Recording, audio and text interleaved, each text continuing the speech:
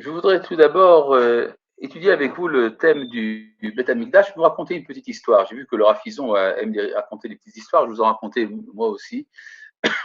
J'étais, il y a 2 ans, à Athènes, en Grèce. Et il y avait là-bas un Beth Rabad, comme il se doit. Et la dame qui dirigeait le Beth Rabad avec son mari m'a raconté que un jour, son enfant, qui s'appelle évidemment Menachem Mendel ou quelque chose dans ces eaux-là, voit de loin l'acropole à Athènes. Il demande à sa maman, c'est quoi ça? Et elle lui dit, ben, c'est là qu'il y avait les temples des Grecs dans l'Antiquité. Mais aujourd'hui, ces temples sont détruits. Et l'enfant dit à sa mère, oui, mais quel jour ils ont pour pleurer? Et effectivement, il n'y a personne aujourd'hui qui porte le deuil des temples de Jupiter ou de Zeus ou d'Apollon ou d'Athéna. C'est parce que ça n'a plus de sens. C'est-à-dire, ça fait partie la, de, la, de la strate antérieure de la civilisation occidentale, c'est vrai, mais c'est fini. Et nous continuons à porter le deuil du Beth Amikdash. Ça veut dire que pour nous, ce n'est pas fini. Et c'est en cela que c'était, à mon avis, quelque chose d'extrêmement important de comprendre l'importance du deuil que nous portons. C'est-à-dire, plus nous sommes capables de deuil, plus nous sommes capables d'actualisation de ce que cela peut signifier. Et là,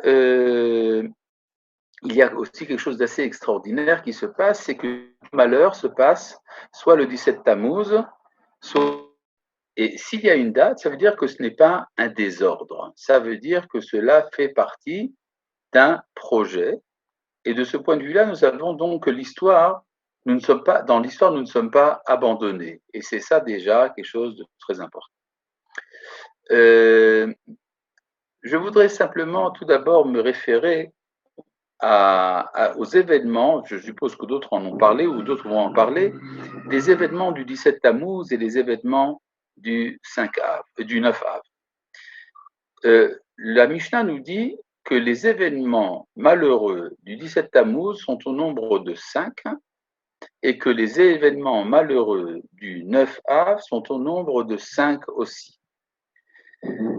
Sans trop de connaissances en mathématiques, je sais que 5 et 5, ça fait 10. C'est effectivement dans la Torah, nous voyons dans la tradition juive qu'à chaque fois qu'il est question de quelque chose de très important, c'est nombré par le chiffre 10. Par exemple, les 10 paroles de la création du monde, les 10 commandements, les 10 plaies d'Égypte, les 10 miracles qui avaient lieu dans le Beth Amikdash. C'est-à-dire qu'à chaque fois qu'il se passe quelque chose de très important, eh bien, le chiffre qui représente cette qualité d'importance, c'est le chiffre 10. Alors, on va, sans rentrer dans la raison pourquoi il s'agit précisément de 10, mais en fait, on voit que 10 est un chiffre important. Effectivement, nous avons également 10 doigts dans nos mains. Mais quand il s'agit de la période de malheur, c'est 5 et 5. C'est comme si les mains étaient séparées.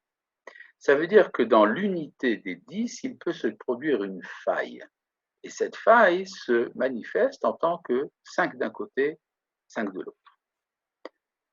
Et quand nous regardons quels sont les événements du 17 Tammuz, nous voyons que tous ces événements sont des événements de commencement de destruction, tandis que ce qui se passe le jour du 9 Av, ce sont des événements d'achèvement de destruction. C'est-à-dire ce sont 5 commencements et 5 achèvements. Et si tout cela était ensemble, alors ça aurait été peut-être catastrophique pour le monde. Il est peut-être nécessaire que les événements malheureux soient quand même séparés l'un de l'autre. Alors très rapidement pour le 17 Tammuz, étant donné que nous sommes déjà à Tisha B'Av, il y a dans les 5 événements du 17 Tammuz un ordre.